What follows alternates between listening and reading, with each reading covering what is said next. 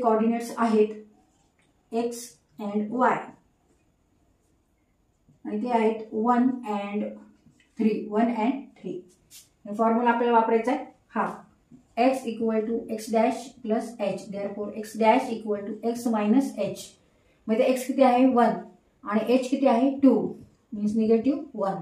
y dash equal to y minus k y आहे 3 आणि k आहे 3 minus 3 equal to 0. Now x dash and y dash, these are new coordinates of point A and equal to negative 1 and 0.